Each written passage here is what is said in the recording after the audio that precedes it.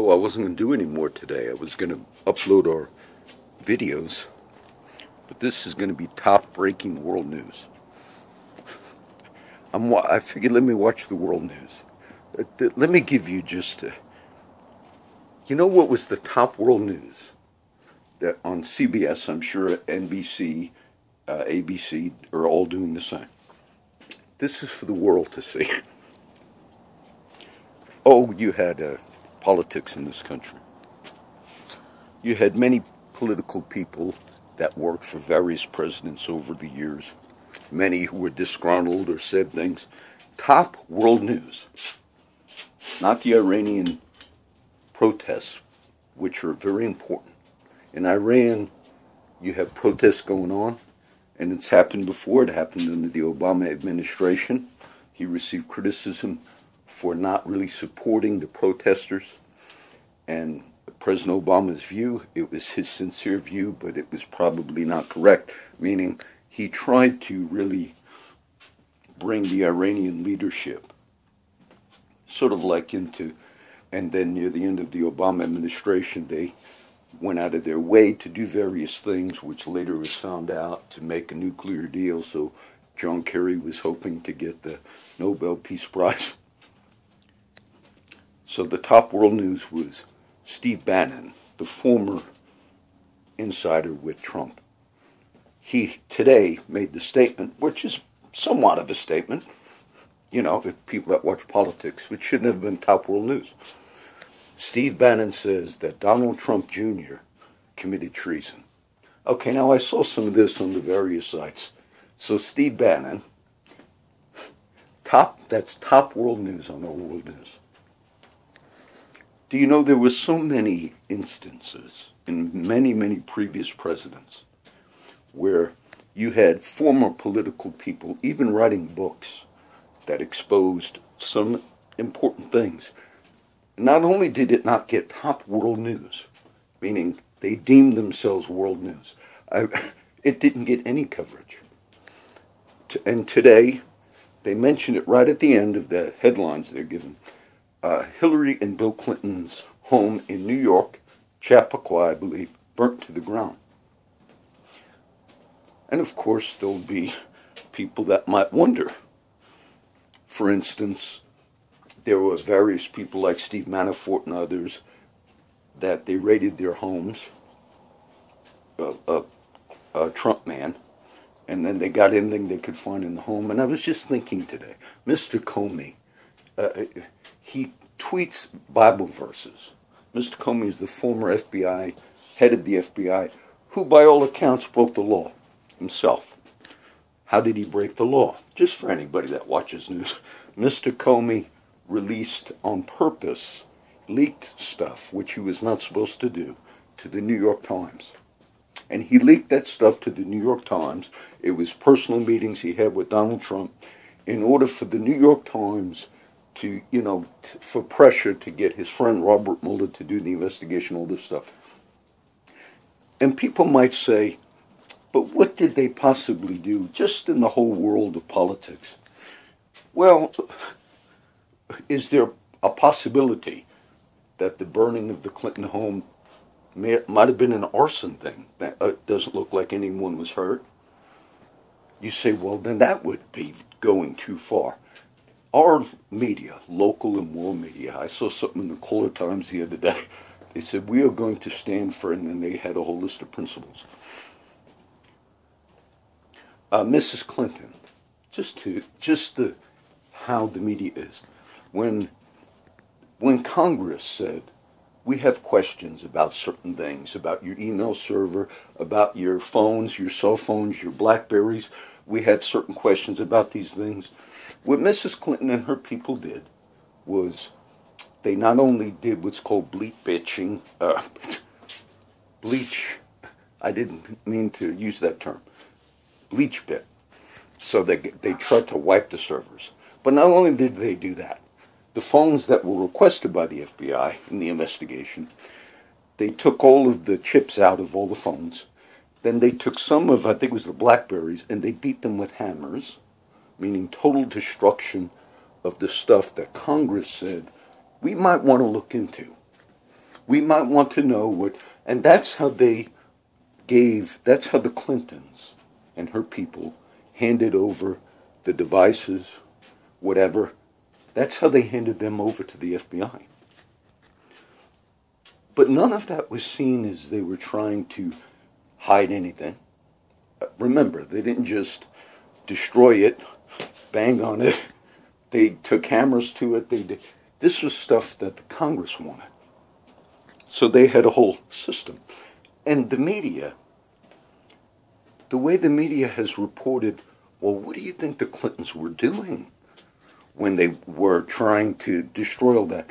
According to the media, Hillary Clinton, she had like pictures of weddings and stuff, and that's all. And the FBI and others said, we found no wrongdoing. That in itself was wrongdoing. And then when they raided other people's homes, the FBI, the Comey people, all this stuff, if those people ever dared destroy anything, that right there is obstruction of justice. Just one of those acts. But the mainstream media, local media, call it whoever, all of them saw all of that as nothing to even mention. Not top world news, which it is now, because Mr. Bannon said, I think Trump Jr. committed treason. So according to the New York media, that's the top world news. A statement from a former person that might have been disgruntled. He's was the head of Breitbart, stepped down when he worked for Trump, and is back at Breitbart, a conservative blog. But the stupidity, just the stupidity of that being the top-breaking world news. Do you know, when Mr. Obama, who I prayed for 8 years, when he had a lot of fights, things that went on, there was some, times where people used curse words at one another. They were taking videos of Trump not only in his White House. This was top news again the other day. This was on World News. They had, if I'm remembering right, but they showed, maybe CNN Online or whatever, but they showed a picture of Trump behind the window, and I guess he was talking to somebody, and then the report was, this was evidence of Trump's fighting or whatever he was doing. Then Trump went on the Mar-a-Lago golf thing, and they got the videos of Trump playing the golf. And I even watched on one of them, might have been CNN, one of them, they have like a cartoon picture that they were showing, and they show Trump as really fat, more so than he actually is. And then that came up in the news again. This was top news a few days ago. In 2 weeks, Trump is going to get his physical. He's going to get checked. Is it possible that he's in the worst physical condition as any person? Over and over and over and over. I hated to waste the video on this. But this is night after night after night. And then when you say fake news, all of the main news, including this local paper and everything else, none of them deemed that little progression that I gave you. Let's destroy it. And an interesting thing is, when the FBI even investigated this, which they did not want to do, they were behind the scenes basically working as a deep state. They even interviewed Uma Aberdeen, and then she went in, and they not only gave some of these people, said, we're going to give you no charges against you, but when you turn over the laptop to us, if I'm remembering right, the FBI themselves destroyed that. They actually destroyed that evidence. Now, all of this, it doesn't really mean much, and I understand that, but it's the same nitpicking thing that's going on right now in this country that's making world news. I considered all of that whole email and everything, the only reason I considered that serious is because it had to do with the death of Americans in Benghazi, Libya. And it sure seemed like there was political things going back and forth to try to lie about the death of Americans. That's serious. That's serious. Whether you had a meeting with a Russian or whatever else, that's low level to me when you're talking about Americans being killed. And the same media that purports we're going to be on it, can you imagine if Trump said, let's destroy the servers, let's do this, let's beat them with hammers after Congress or the FBI asks for them, let's remove all the chips from all the phones, destroy the BlackBerries, let's do all of this. And can you imagine the FBI saying, and the media saying, there was no wrong done? And you'd say, well, why did Trump destroy everything? Or why did his home burn? Oh, because he didn't want pictures of his family getting out. It's such a game in this country. And it's a disgrace that that goes to the world. Because the Iranian protests right now in Iran are a very important thing. Because in online, internet, Facebook, and others, Iran is shutting down the online access to people in their country. And so they have to get word out of the ways. Those are real issues. I supported what was called the Arab Spring in the beginning. It did not work out well. When people in countries, and now I think 12 people were killed in Iran. Okay, so what we want to do, and the media, all the media is covering that, and Trump had made a couple of tweets saying we support the people and all. The media, constant criticism of that. The media, if innocents were being murdered and killed in the streets, they would report some statement. How many people that were within the Obama administration or others, and if those people later were disgruntled and made a statement about Mr. Obama or Clinton or whoever, would that be top world news? What a disgrace of time. And so I hated to do it, but I just caught that right now. I'll upload this. I'm not doing a separate post tonight, but I just want for the world to see there's a real big game going on in this country, and they're not going to get off of that game. Mr. Manafort, for those who follow these things, he sued Robert Mueller today and Rosenstein, a civil suit. And I think those men, in some of the collusion that they had, every time Comey tweets something, he might be a Christian, but he's putting scripture in there.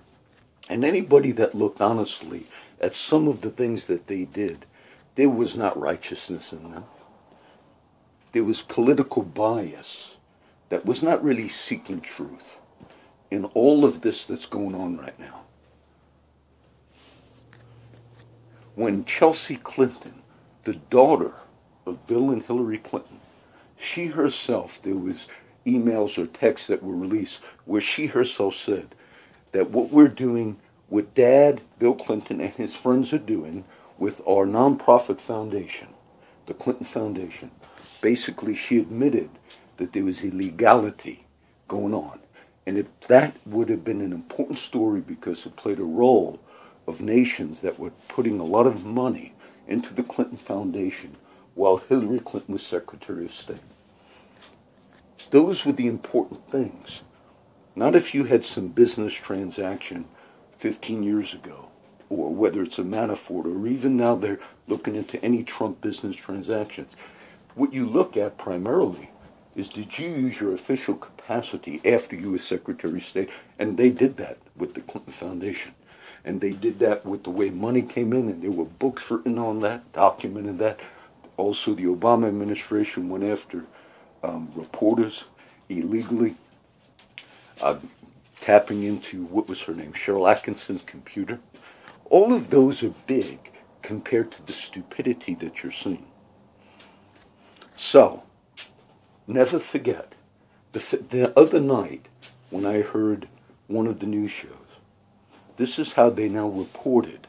This is PBS again, which I try to watch PBS News. They're also liberal, but they said that Mr. Trump has weaponized the term fake news. He has weaponized, meaning now they're going to start saying people that use the term fake news have weaponized it. And we live in a world where real weapons are killing people. Yes, words matter and words are important. But then as they begin to show that, they were trying to say one of the primary dangers now within society is how Mr. Trump or others have weaponized a particular term. These are the same people who, when you try to talk about where our country is in other areas like late-term abortion, which is a big thing for me, and you could look at the stats, the statistics, you can see, and this is the same country where that media, fake news, who deemed it so noble for world news to be the stupidity of a statement by Steve Bannon. But yet they will cover all of that up through their language, through their weaponizing of their own manipulation. It's just a tragedy what they have done. And I was just thinking of that today.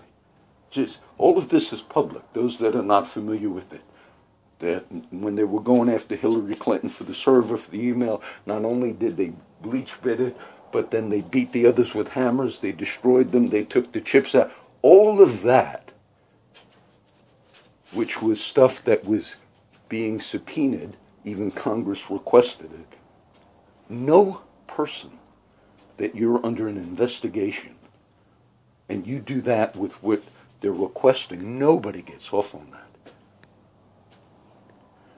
And the media has covered all that up. And their explanation to you today, the media, their explanation to you today for all of what Mrs. Clinton and her people did is they were just covering up wedding pictures and things of that nature. And they say, if you were to say, no, that's fake. They didn't destroy all that just to cover up wedding pictures and pictures of Chelsea, who admitted Dad and his buddies were breaking the law and all. And if you say now, well, that's fake. Hillary Clinton and her team, and they didn't get hammers and do all that and to cover up any wrongdoing. They did that to cover up wedding pictures. And if you today say, that's just fake, now the media says, you just weaponized something. What a disgrace. What a total disgrace. And it's a shame because the media, I understand that where they're at and they're not going to change. They have that mindset.